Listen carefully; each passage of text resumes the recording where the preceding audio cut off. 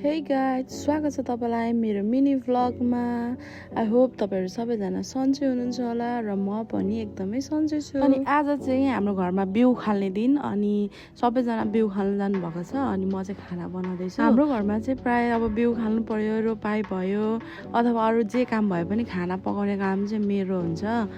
त्यही भएर आज म खाना पकाउँदैछु अनि खानामा चाहिँ आज खाना अनि सुँगुरको मासु, अचार, दाल, सलाद, चिप्स त्यति नै हुनेछ। अनि आज चाहिँ हाम्रोमा बिउ खाल्ने मान्छे टोटल 17 जना हुनुहुन्छ अनि 17 जना प्लस म अनि 2 जना नानीहरू गरेर अलमोस्ट 20 जना हुनेछ। अनि म त्यो सबैजनाको लागि खाना बनाउँदैछु। अनि मैले चाहिँ दाल र भात चाहिँ अलरेडी पकाइसकेको थिएँ। राइस कुकरमा भात जोड्दै अनि ग्यासमा दाल बसाइदिएको थिएँ।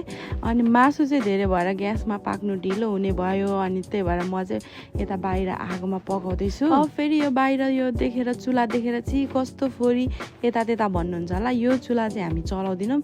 यो चुला चाहिँ खासमा सुँगुर चारो पकाउनुलाई मात्र युज हुने ठाउँ हो। अनि यसरी कहिलेकाहीँ अपरझट परेको बेला मात्रै युज गर्छौँ। अब यहाँनिर एकदम मेसी भइरहेछ। Ignore the background guys. खाना सब्जी बनाउने तरिका सबैको आफआफ्नो हुन्छ। सो मैले चाहिँ मासु एकदम सिम्पल तरिकाले पकाउँछु।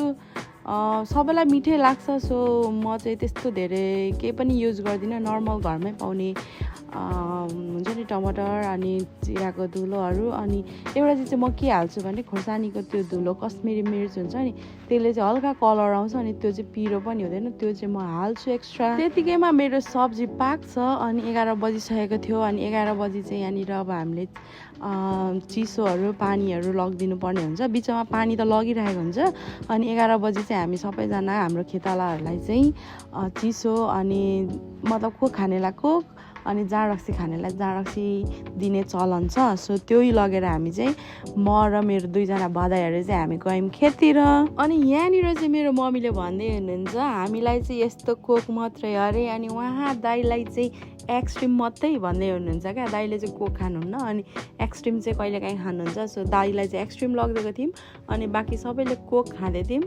अनि उहाँनिर हुनुहुन्छ हाम्रो दिदीको ससुरा बुवा अनि उहाँ चाहिँ अब यतैतिर दिदी यता हाम्रैतिर आएर बस्नुभएको छ नि त। घरै यतै छ। सो उहाँलाई चाहिँ सबैले सम्धि अब यहाँ बुवाहरूले सम्धि भन्दा भन्दै हामीले पनि बोलाउने नाम चाहिँ सम्धि बुवा नै भइसकेको छ। सो उहाँ बुवाको लागि मात्रै हामीले जाँड लगिदिएको थियौँ अनि बाँकी सबैले चाहिँ कोक नै खानुभयो। त्यति दिइसकेपछि म घर आएँ अनि 1 बज्छ अनि सबैजना खाना खान आउनुहुन्छ।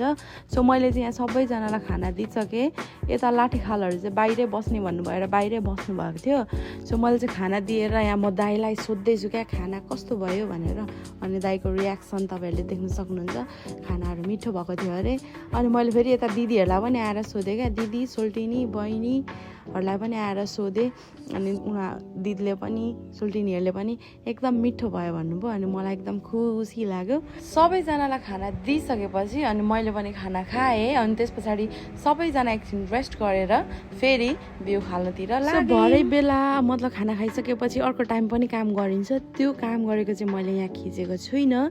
सो आजको लागि चाहिँ यति नै थियो अनि thank you so much for watching this video.